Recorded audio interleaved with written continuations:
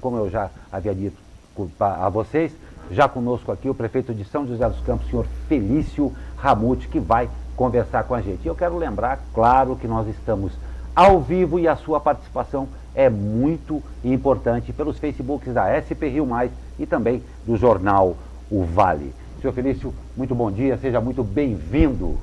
Bom dia, Glauco, bom dia, Gliberto. É trava-língua, Glauco Gliberto. Glauco Gliberto é muito L, é muito L. Prazer estar aqui. Eu vou pedir licença ao senhor, nós vamos ver um boletim aqui da Júlia Carvalho sobre um assunto ao qual nós vamos dar início a esse bate-papo, essa entrevista com o prefeito de São José dos Campos. Bom dia a todos que nos acompanham aqui no jornal Abre Aspas. E o número de moradores de rua cresceu mais de 100% em São José em apenas 2 anos. De acordo com dados cedidos pela Prefeitura, de junho a outubro de 2018, São José recebeu mais de 200 moradores de rua. Em 2016, a cidade possuía uma população de rua com 400 moradores. Atualmente, esse número subiu para 816. Júlia Carvalho, para o jornal Abre Aspas. Obrigado, Júlia. Obrigado a todo o pessoal aí da redação do O Vale. Felício, é uma coisa chata de a gente começar um assunto com esse, mas infelizmente isso é uma coisa que campeia por todo o Brasil, dada a situação econômica, dada a contingência até que nós estamos. Mas é muito expressivo esse aumento de 100% em apenas 2 anos em São José dos Campos. Como é que é a posição, a visão da Prefeitura? Olha, a primeira questão importante nesse dado, que às vezes não é comum, né, em outras cidades ou estado, ou até mesmo no país, é a transparência. A gente faz o levantamento e faz questão de divulgar, inclusive. Independente do levantamento ser bom, e recentemente até vi no governo federal, acabaram de mandar mais um lá do IBGE embora, porque acho que não gostaram dos dados que o IBGE publicou. Não é o IBGE que produz o dado, o dado é produzido, né, pela sociedade, e o IBGE apenas comunica isso. E a gente faz esse levantamento, temos acompanhado, e por que a gente tem bastante convicção em falar sobre esses números e, na verdade, entender qual é o impacto de uma situação como essa para uma cidade como São José? Primeiro, porque a nossa política para os moradores de rua tem sido firme no sentido de poder oferecer para esses moradores todas as condições necessárias para eles deixarem as ruas. Hoje a gente teria vaga, né, com os nossos abrigos e com as nossas parcerias, né, porque nós temos entidades parceiras de acolher esses moradores de rua. Mas por que eles não querem sair da rua e receberem esse acolhimento por parte da Prefeitura? Porque eles não têm interesse. Porque, na verdade, se você for para um abrigo, você tem que seguir regras, né? Você não pode usar determinados tipos de produto que eles usam nas ruas, né? E vocês veem, isso também, a gente ampliou a equipe da apoio social, a gente pode ver em todas as regiões da cidade as combis do apoio social. É um fenômeno que tem... o nosso cientista social aqui pode falar um pouquinho melhor sobre isso, a Gilberto que está aqui. É um fenômeno político, é um fenômeno que tem acontecido em todas as cidades, lamentavelmente muito ligado ao consumo e uso de drogas, né? Mas a gente tem acompanhado e tem todo o levantamento. O que a gente precisa é cada vez mais convidar a sociedade para nos ajudar também a resolver esse tipo de problema. Porque, por incrível que pareça, Glauco e Alberto, muita gente quer ajudar.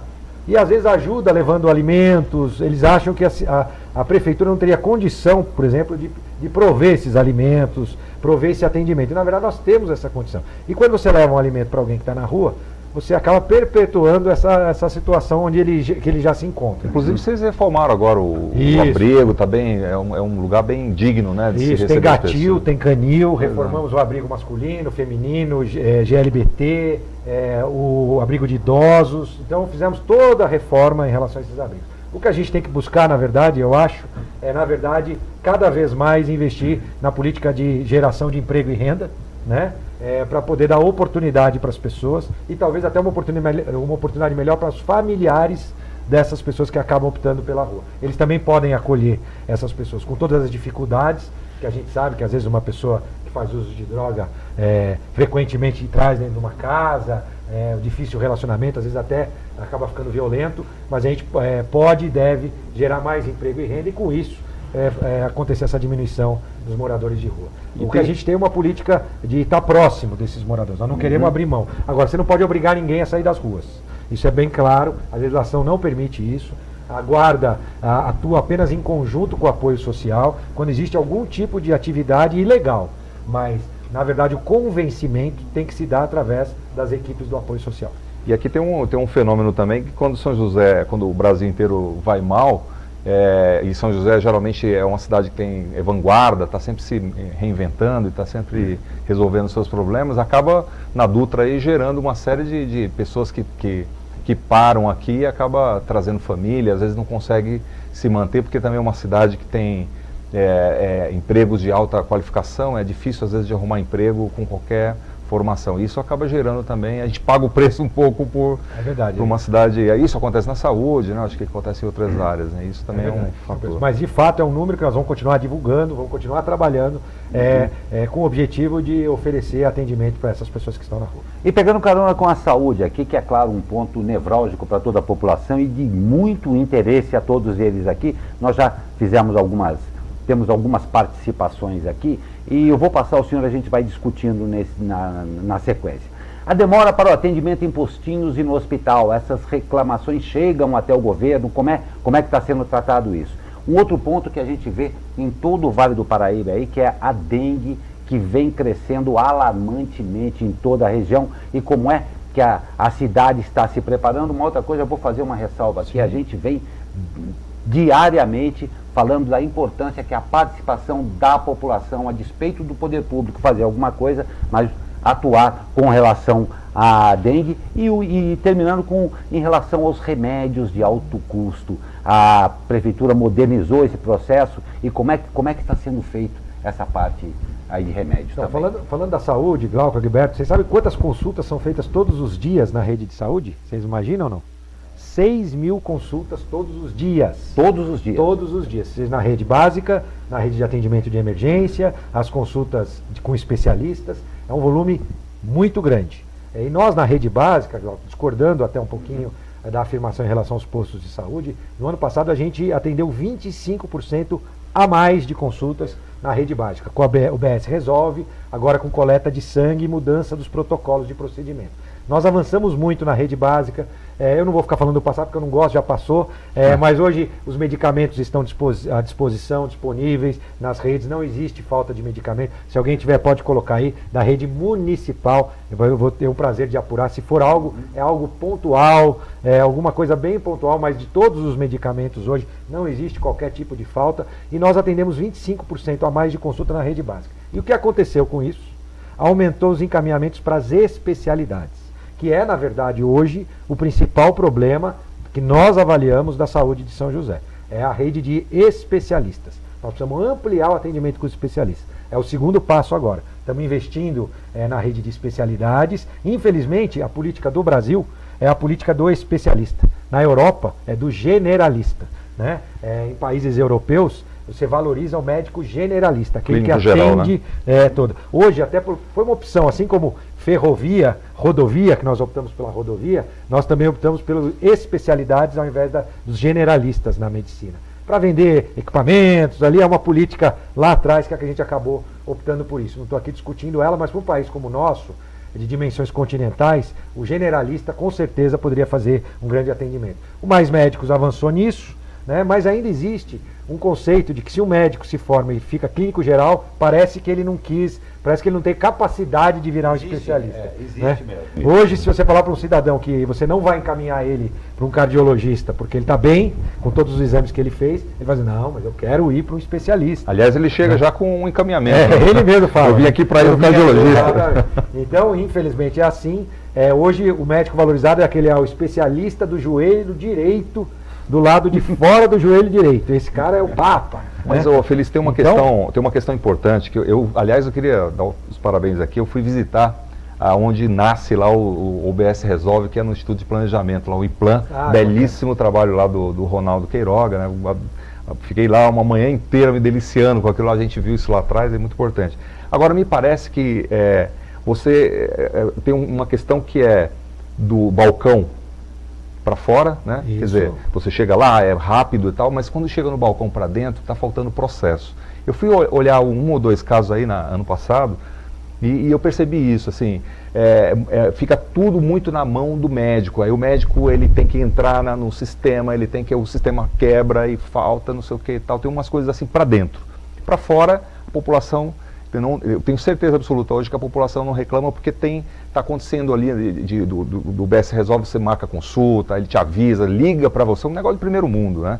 Agora, para dentro, me parece que a coisa está emperrada. Tem a questão de especialidades, que é parte do processo, mas tem também a pré-consulta e uma série de coisas. Vocês estão cuidando disso porque o Danilo, que é o doutor Danilo, que é o secretário, aliás, eu admiro muito o trabalho dele, está presente, está o tempo todo, essa coisa da transparência ele também assume, bacana, né?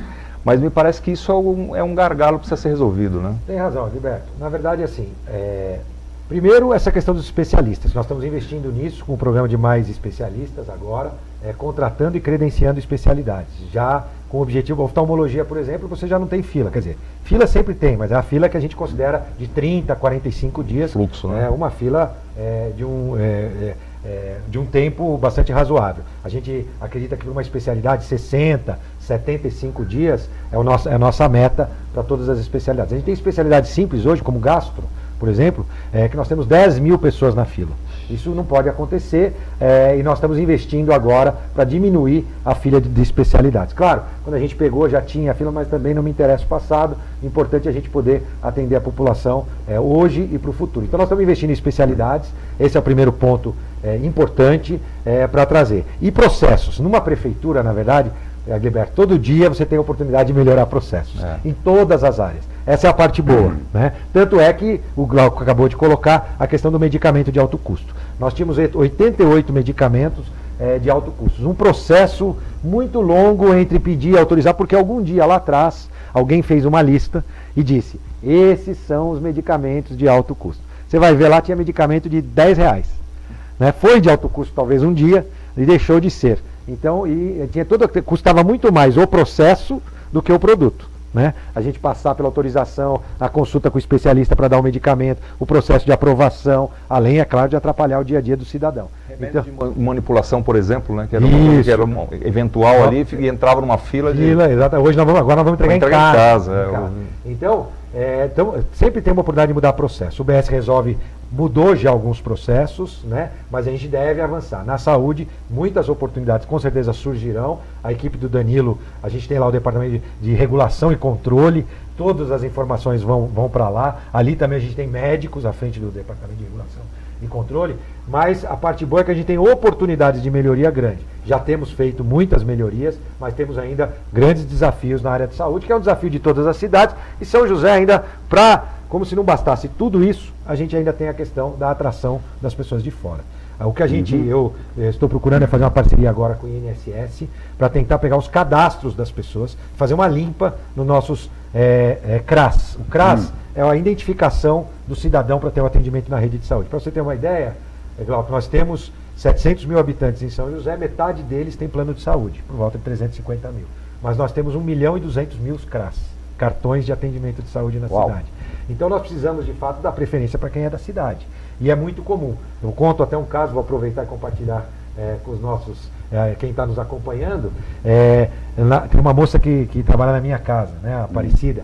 E aí um dia, quando eu comecei essa parceria com o INSS, para tentar identificar dados, para saber quem é de São José de fato, quem não é. A gente ainda não conseguiu fechar essa parceria, mas estamos trabalhando nisso. Eu falei, Aparecida, o que você acha? Eu brinquei com ela, do seu prefeito, fazer uma limpa no cadastro, um pente fino no cadastro e passar a atender apenas aquelas pessoas, claro, não estou falando da emergência que você é obrigado a atender, aquelas pessoas que moram em São José dos Campos. Prefeito, é ótimo, excelente ideia. Eu falei, e a sua mãe que você traz do sul de Minas para você ter? Ah, não, minha mãe é diferente. Com minha mãe não, né? Então, as pessoas têm endereço aqui, trazem parentes, colocam no mesmo endereço, porque apresenta a conta. Então, a gente atende muita gente. Agora a gente inaugurou a nova ala obstétrica do Hospital Municipal e tinha um evento até da questão do trânsito, do sinal de gentileza, que a gente fez dentro do Hospital Municipal, e depois com os vereadores eu fui até essa ala nova de atendimento obstétrico, que está muito bacana, muito bonita, atendendo as mães, tem até uma banheira para parto. Nós conseguimos, apesar da má notícia da questão do fim da parceria com o Antoninho da Rocha Marmo, transformar isso num atendimento ainda melhor dentro do Hospital Municipal. Ou seja, acaba aquele mito do Hospital da Mulher, né? Isso, exatamente. Aí o que aconteceu, né? A primeira menina que estava lá grávida, eu estava até com 2 vereadores ao meu lado e ela estava lá, eu falei, olha, está tudo bem, está sendo bem atendida, muito bem atendida, muito bem. E eu via que ela me via, mas ela não sabia exatamente quem era, tal. E aí eu perguntei, que bairro você mora? Ela falou, eu sou de Caçapava. Né?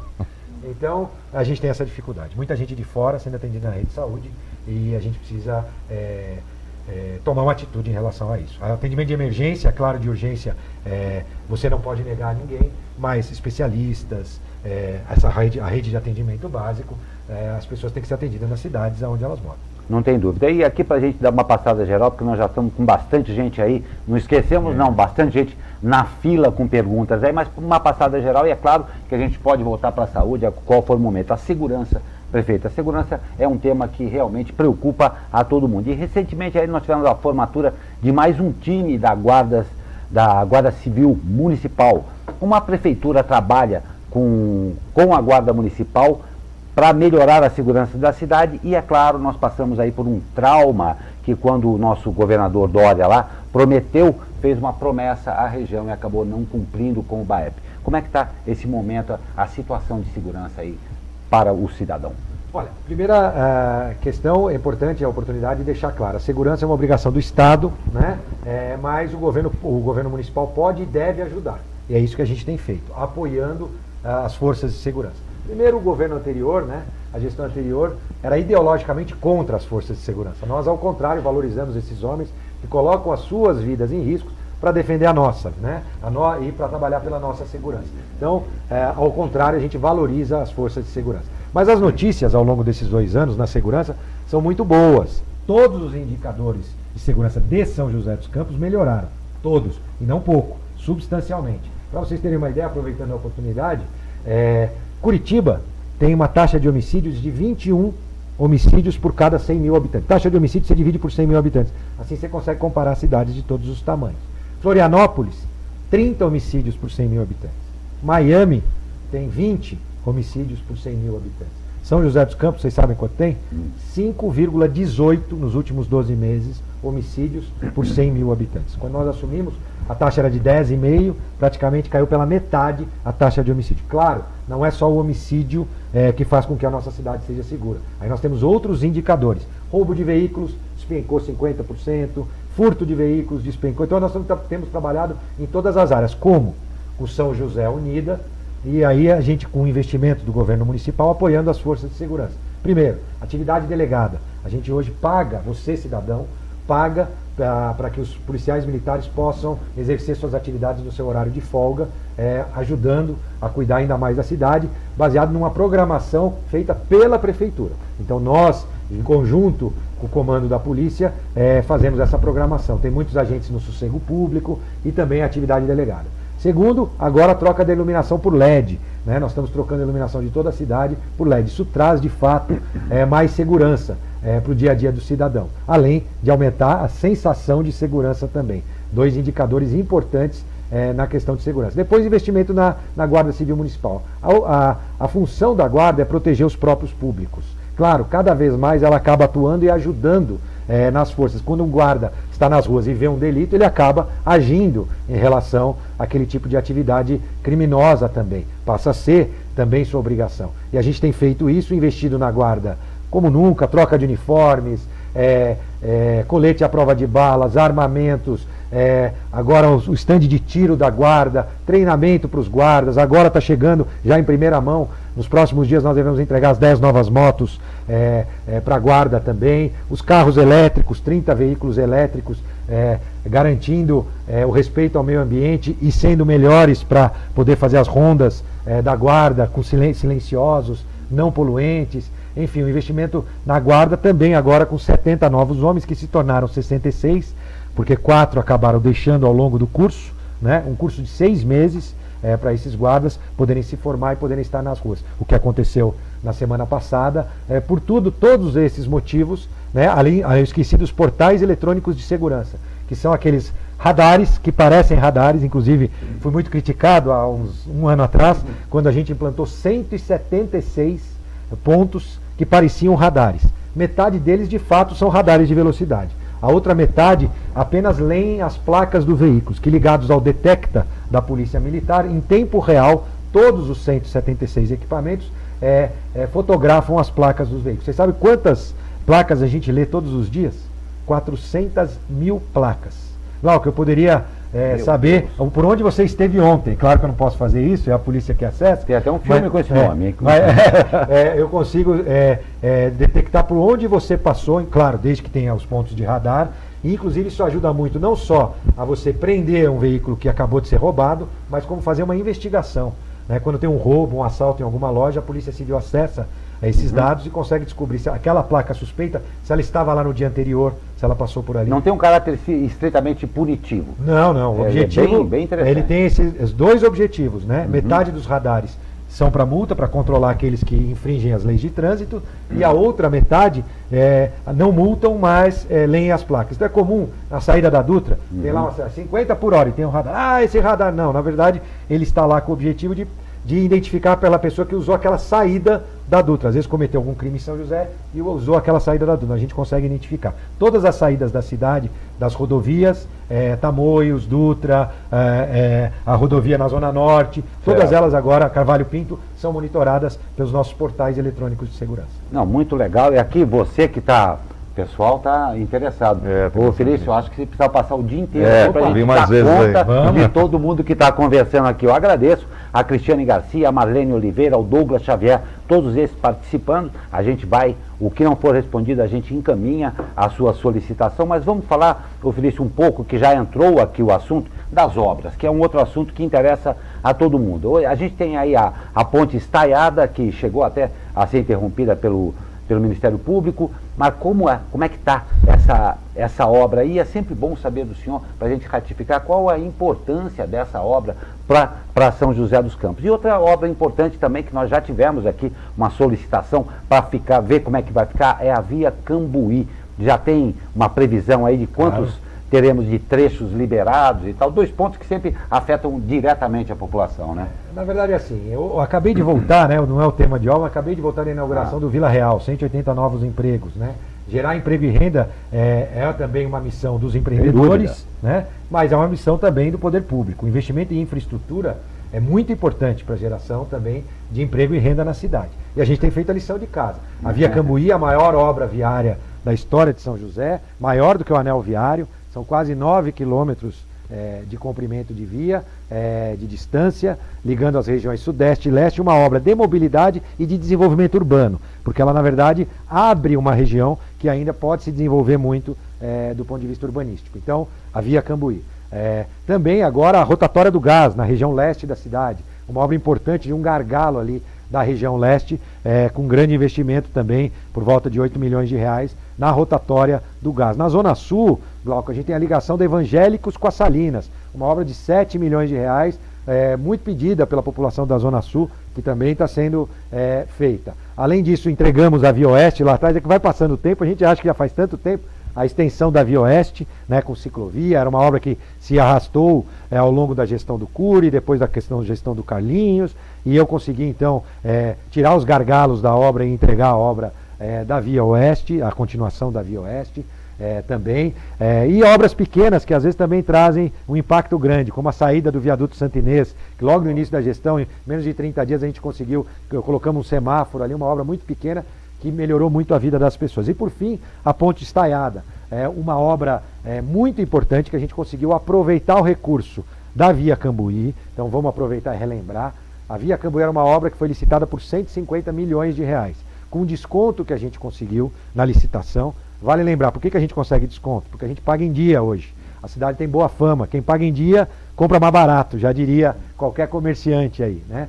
Então a cidade voltou a ter a fama de pagar em dia, com isso caiu o preço da Via Cambuí para 100 milhões e nós aproveitamos esses 50 milhões de empréstimos do BID e apresentamos um novo projeto, rapidamente, de forma muito ágil, um projeto que já vinha sendo estudado desde a época que eu fui secretário de transporte na época, hoje mobilidade urbana. Esse projeto já existia, feito pelos técnicos, inclusive, da própria secretaria, era um projeto que já havia sendo estudado, já tinha várias alternativas, e a gente trouxe de volta, então, esse projeto que era importante para a cidade e era uma grande oportunidade.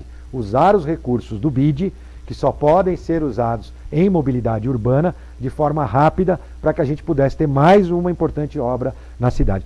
no início, acho que a população, ou parte dela, principalmente quem é de oposição, não entendeu muito bem quais eram os objetivos da obra. Talvez um pouco de falha de comunicação nossa, o que eu assumo aqui.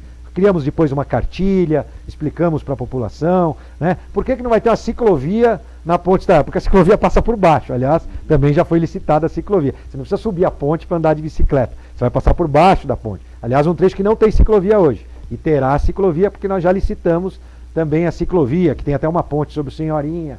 Então, aos pouquinhos a gente foi, depois houveram algumas colocações e apontamentos que se mostraram incorretos por parte do Ministério Público, dizia que a obra ia durar 3 anos, o que era quase que uma piada para quem trabalha na área, né, de mau gosto, né, piada de mau gosto, né, com o trabalho dos técnicos que se dedicaram, os técnicos da prefeitura, fizeram todos os levantamentos. Alguém a fazer uma afirmação dessa no mínimo uma piada de mau gosto. Aí nós mostramos e comprovamos para a Justiça de que, na verdade, a ponte tem uma extensão de vida útil muito longa, de mais de 20 anos, né, de 25 anos, e com novas alternativas que podem ser feitas. Então também tivemos a oportunidade de mostrar para a sociedade a importância da obra. A obra já está em 20%, é o último número que eu já passo aqui de primeira mão, e essa semana nós começamos a concretagem do arco. Já fizemos o primeiro vão de 1,5 m do arco, a base já estava feita, e agora o arco começa, a população vai ver ainda mais a obra da ponte estaiada, que vai ajudar muito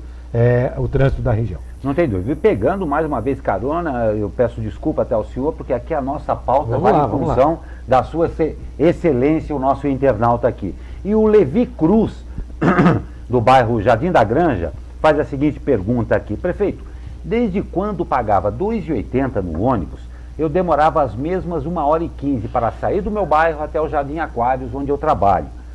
Eu pegava o ônibus com a mesma lotação. Agora pagando R$ 4,20, onde estão as melhorias no transporte? Justifica o aumento? Olha, primeiro, o Levi, né? Qual é o nome dele? É o Levi Cruz. Levi. Primeiro é o seguinte, o sistema de transporte público ele é baseado num contrato. É mais ou menos, Levi, não sei se você mora de aluguel, né? Eu já tive a oportunidade de morar de aluguel. Existe um contrato e que você tem que respeitar o contrato. Se ele diz lá que tem que ter reajuste anual, baseado em um determinado índice, você tem que respeitar o contrato, senão você tem que deixar o seu imóvel e buscar um novo imóvel. Um contrato de concessão de transporte público é a mesma coisa. Ele tem regras para ser seguida, pelas duas partes, por isso que é interessante. Nós saímos há mais ou menos 11 anos atrás de um sistema precário, sem contrato, sem capacidade de cobrar, né, pelos serviços, para um contrato que foi feito, uma licitação que foi feita na época do Eduardo Cury, uma das primeiras licitações de transporte públicos feitas no Brasil. Né? Depois, na sequência, várias cidades passaram a fazer suas licitações de transporte. A grande maioria das cidades tinha um transporte precário. São José teve essa oportunidade e agora nós vamos ter uma nova oportunidade, na verdade. Esse é o momento do Levi e da população nos ajudar. Começam as oficinas agora do novo transporte público. O contrato termina em 2020 e 2021, os contratos. É a hora da gente redesenhar o sistema de transporte público da cidade para oferecer mais conforto, né?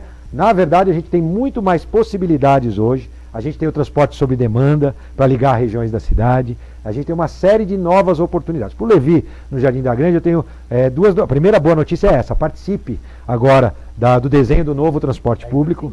E muito importante. Vale lembrar que, diferente do Levi, que diz aqui que o ônibus dele está mais cheio, hoje a gente transporta menos gente do que há 10 anos atrás. Né? Menos pessoas utilizam o ônibus. E menos pagamento. Para vocês terem uma ideia, hoje são 7 milhões de passageiros mês. 7 milhões. Mas espera um pouco. 7 milhões de passageiros, vezes R$4, só que isso não equivale a todos os pagantes.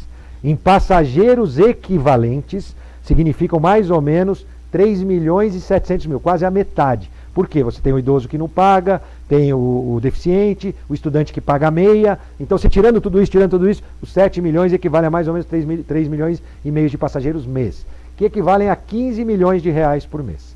15 milhões de reais que as 3 empresas faturam, para ter 388 ônibus funcionando. E aí eu vou contar uma outra, eu falei do transporte sob demanda.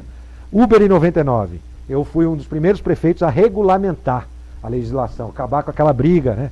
Táxi, motorista de aplicativo, o clima não estava nada bom e o cidadão querendo uma nova modalidade de serviço. A gente tem as características e os benefícios dos taxistas que trazem para a cidade, carros novos os taxistas têm, são motoristas habilitados, muito bons para andar pela cidade. E depois vieram os aplicativos, que também trouxeram para as pessoas que querem pagar às vezes um pouco mais barato, às vezes não exigem um carro tão novo quanto dos taxistas, né? A grande maioria da frota dos aplicativos não são tão novas assim, né? A idade média. Mas o que acontece? Hoje, lembra que eu falei, 15 milhões, 3 empresas, 488 ônibus. Vocês sabem quanto fatura já o Uber e o 99 na cidade? 7 milhões e meio. 7 milhões e meio? Por mês. Há 2 anos não existia. Era uma prestação de serviço que não existia, há 2 anos e 3 meses atrás. Hoje eles já são metade do faturamento, é claro, isso não vai para o Uber, vai para os motoristas parceiros, né? Mas já significam 7 milhões e meio. Metade do que se investe, vamos dizer assim, no transporte público. Então todas essas questões têm que ser discutidas com transparência para a sociedade, para que junto a gente apresente soluções. Nós temos alternativos hoje que não fazem a integração, eles precisam também, eu converso muito com os alternativos. O alternativo, se continuar desse jeito, vai acabar. Nós precisamos dar uma nova função para o transporte alternativo na cidade, para as vans, na verdade, né? Como eles podem ajudar ainda mais, porque assim, eu sempre acredito no contrário, né? Hoje eu estava na inauguração do supermercado. O que o empreendedor pode fazer para o mercado remunerá-lo e ele poder ganhar dinheiro? Óbvio, o empreendedor está lá para ganhar dinheiro. Então, os alternativos, o que eles vão poder fazer para serem ainda mais úteis para o sistema de transporte, para que eles possam voltar a ganhar aquilo que eles já ganharam um dia, né? Ou, se não aquilo, pelo menos se aproximar, né? Hoje, o transporte alternativo tem uma renda muito menor do que eles tiveram nos tempos áureos do transporte alternativo. Não tem integração, então eles têm uma série de dificuldades. Então, tudo isso tem que ser discutido com as pessoas, inclusive cobrador. Tem algumas pessoas vêm me perguntar, Felício, é cobrador? Vamos discutir com as pessoas. Qual é essa situação? Eu não tenho nenhum problema de conversar com as pessoas para que a gente possa, então, transformar isso no novo sistema de transporte público. Você acha, então, que esse tipo de observação que você fez dá para deixar um transporte público mais livre mercado, mais concorrência, mais segura, do que a prefeitura regulando? Então, isso também ingessa bastante, né? A gente sabe que até hoje você faz parte de um partido que defende essa questão do livre mercado. Na questão do transporte público a gente tem um problema, porque o sistema tem que se sustentar. E tem as linhas que vêm batendo lata, como dizem, né? Vêm vazias, mas o ônibus está lá. E ninguém tem interesse de fazer uma prestação de serviço para aquela linha. Isso? Entendeu? Se você liberar para o mercado, ninguém tem interesse, porque vem vazio. O que a gente tem que é criar novas possibilidades, talvez carros menores, possibilidades menores, que aí o mercado pode nos ajudar fazendo esse transporte, levando até um corredor maior, né, que aí pode ser prestado por um sistema de transporte público. Enfim, essa discussão tem que existir. Os modelos, o que será o transporte público daqui a 10 anos, ninguém sabe muito bem. A gente ainda nem discutiu aqui, mas estamos ainda, não podemos deixar de falar dos veículos autônomos. Você acabou de voltar da China olhando um pouco essas questões de futuro aí, né? Então, você imagina, por exemplo, VLT, todas essas questões são tendências que São José vai ter que colocar. Tem que estar em si, mais do que isso. A concessão tem que ser flexível. Esse negócio de fazer uma concessão e dizer tem que ter 488 ônibus de 10 metros por 3 metros de largura, isso vai amarrar a concessão e isso não vai permitir que daqui a 5 anos aconteça, vai acontecer a mesma coisa que hoje o contrato. Claro, há 12 anos atrás, essa era a forma de fazer. Agora a gente tem que ter a responsabilidade de fazer um edital que seja legal do ponto de vista dos tribunais de conta, etc., que é um grande desafio, porque normalmente eles estão 10 anos para trás, não 10 anos para frente, né? Para desenhar, na verdade, um sistema, a lei sempre assim, a gente fica discutindo, eu tenho leis aqui na cidade de 1900 bola murcha, e ela não se adapta. Então a gente tem que criar um marco legal adequado, seja para licitação, e depois ter a compreensão dos órgãos reguladores, Ministério Público, Tribunal de Contas, para fazer um desenho de uma licitação que seja mais aberta, mais maleável, para sempre pensar em prestar um melhor serviço para o cidadão. É complexa a discussão, por isso que a gente tem agora um tempo para discutir junto com você. Não, quando se trata de poder público, nada é simples e as discussões têm que ser são sempre muito acaloradas, né? E tem um ponto aqui que a gente está sendo extremamente citado aqui, na verdade 2, a educação e, claro, a cultura. Na educação nos veio uma pergunta do Ricardo.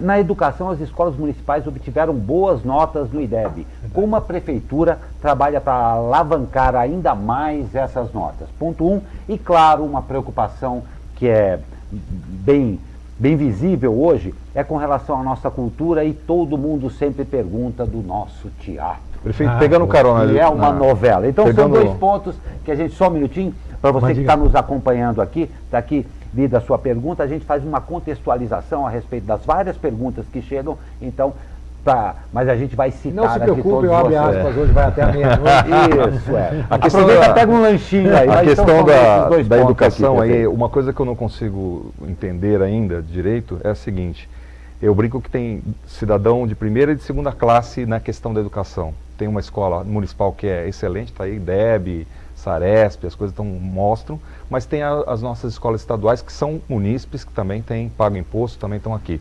Eu vi uma escola estadual, eu presenciei uma escola estadual, na Chácaras Unidas, que eu parei para olhar mais detalhes, eu fiquei com pena da forma como aquela escola está. O governo do estado não dá para fazer uma parceria, qual é a dificuldade de fazer isso? Porque eu vejo isso já há muito tempo, desde a época que eu trabalhei lá, eu lembro dessa conversa de vamos fazer parceria, colocar dinheiro do município junto com o dinheiro do estado, no final do ano tem dinheiro aí que, por causa do processo todo burocrático, sobra um pouco de grana na educação, não dá para a gente fazer um mutirão da sociedade como um todo, ajudando a prefeitura, como a gente está ajudando em outras coisas. Qual a dificuldade disso? Poder explicar para a gente? Vamos lá, claro, um maior prazer. Bom, primeiro eu quero aproveitar e destacar um ponto que eu sei que o Agilberto sempre trabalhou por isso, está aqui comigo, que é sobre o empreendedorismo nas escolas, que nós retomamos. E a boa notícia, Agilberto, já vou contar em primeira mão, ninguém sabe disso, hein, que nós estamos entre os finalistas do Prêmio Empreendedor do Sebrae. Né? Então a cidade volta a brilhar. Quinto aí, mas depois de um bom tempo. Depois de 4 anos de uma gestão que ideologicamente era contra o empreendedorismo. Não ligou para isso, aliás, tirou, né? Era contra o empreendedorismo. Nós retomamos o empreendedorismo nas escolas, desde da educação infantil, com a pedagogia dos sonhos.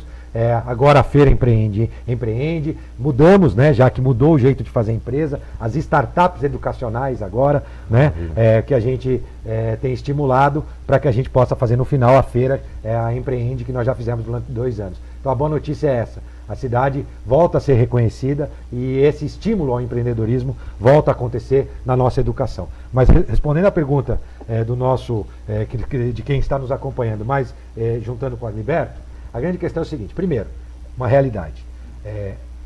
Importante dizer, a educação, o ensino médio é de responsabilidade exclusiva do governo do estado, tá certo? O ensino fundamental do primeiro ciclo e do segundo ciclo é dividido entre município e o estado. E a educação infantil é do município. Muito bem. Na educação infantil, o nosso objetivo agora é zerar a fila da educação infantil. Já criamos mais de 7.000 vagas. Estamos entregando novas escolas e construindo ainda mais. Provavelmente no início do ano que vem nós já teremos zerado a oportunidade para as crianças de 0 a 5 anos. Isso é muito importante para o resultado final. Por quê? Porque é o momento de 0 a 3 anos, é o momento para se estimular cognitivamente e sociabilizar essas crianças. A criança que tem a oportunidade de ir para a creche com 6 meses, 1 ano, 2 anos e tem essa experiência, vai se tornar um adulto lá na frente mais preparado, não, mas em condições melhor para que a gente costuma dizer, para que se lance a vida e que saia do mesmo ponto de partida e com oportunidades iguais. Então, essa é uma missão que eu tenho, todos os dias eu acordo pensando na importância dela.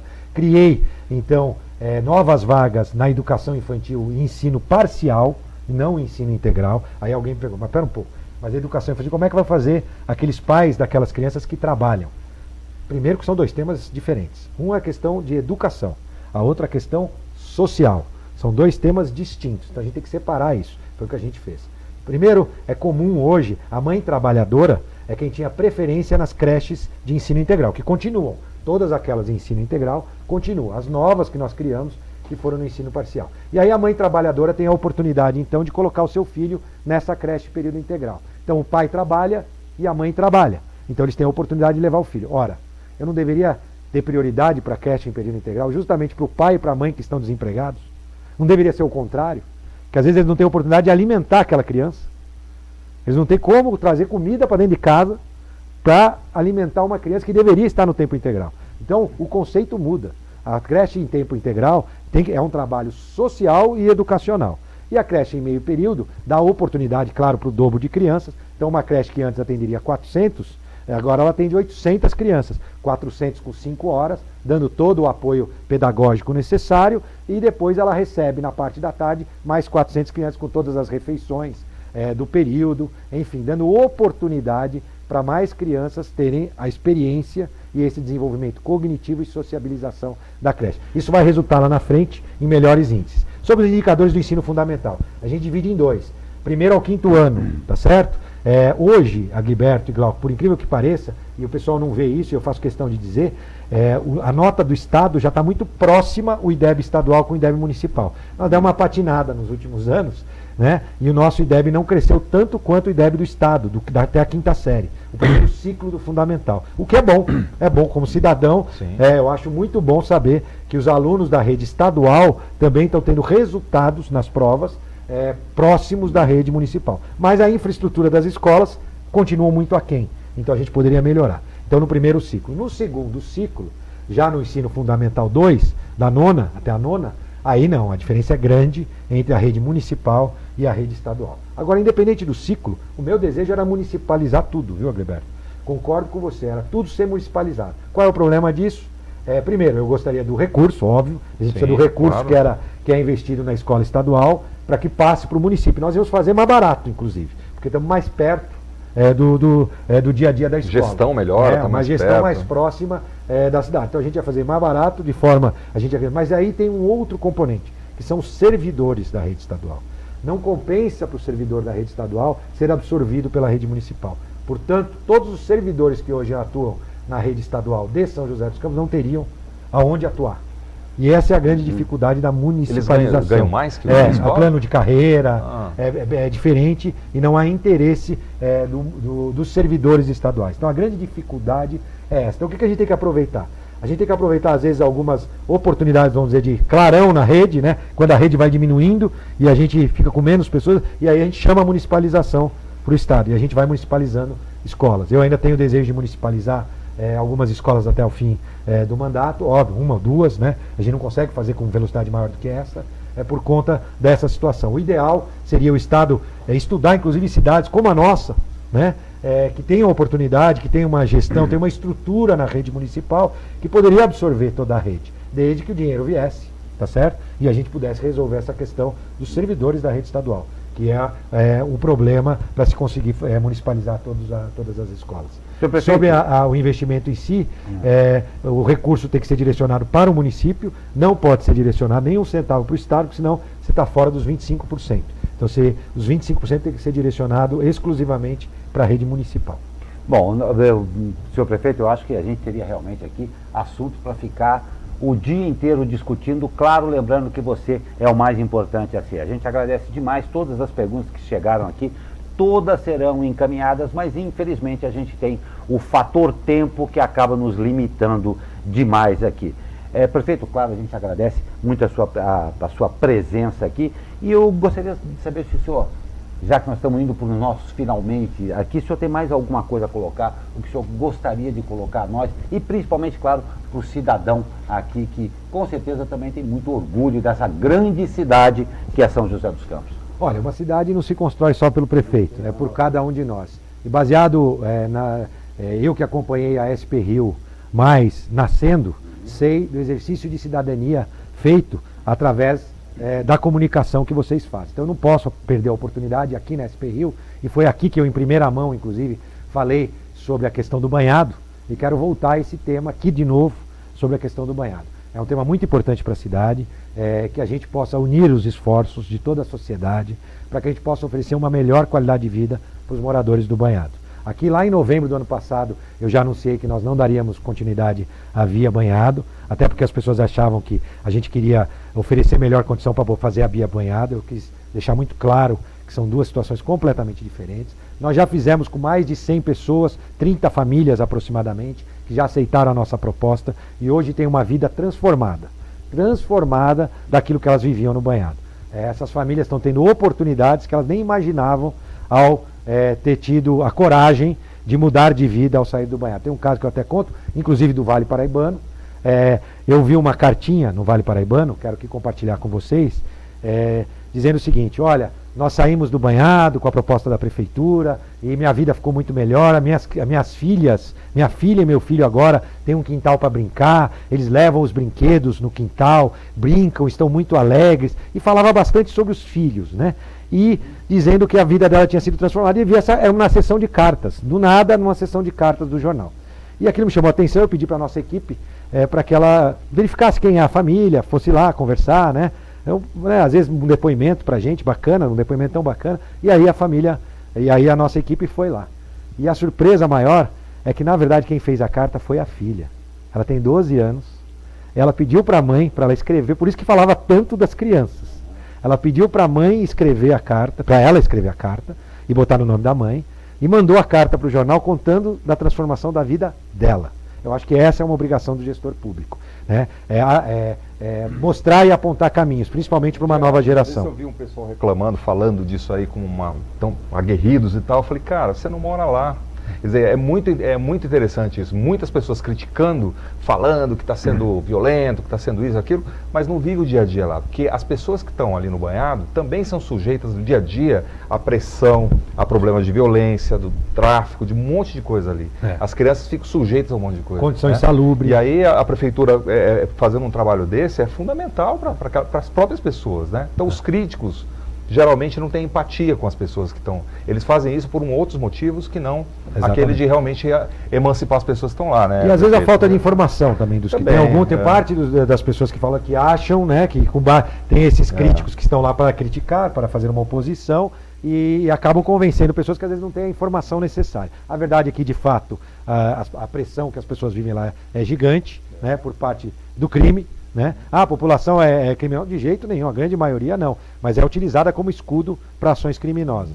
A segunda questão é a insalubridade, né? Ali o esgoto é a céu aberto, rato, e a questão da segurança. O Corpo de Bombeiros já esteve lá e disse o grande risco, né, na questão de um incêndio que possa acontecer. Agora nós estamos entrando mais uma vez num período de seca. E por que eu estou falando tudo isso? Porque é importante que a sociedade ajude o Poder Executivo, se mobilizando, e que a gente agora, que depende do Poder Judiciário, hoje a decisão sobre isso é de uma juíza, em primeira instância, que está analisando para que a gente possa, de fato, melhorar a qualidade de vida daquelas pessoas, transformar a vida daquelas pessoas para melhor e oferecer para toda a cidade o Parque do Banhado, né, que é a nossa missão. É um compromisso que eu não fiz durante a campanha, mas ao longo da gestão eu vi da importância de oferecer uma melhor qualidade de vida para aquelas pessoas. Estou determinado a todos os dias trabalhar nesse sentido. E quero agradecer a SP Rio pela oportunidade de falar naquela época e de voltar a falar sobre a questão do banhado. Nós aqui agradecemos e, claro, repetindo, infelizmente nós não temos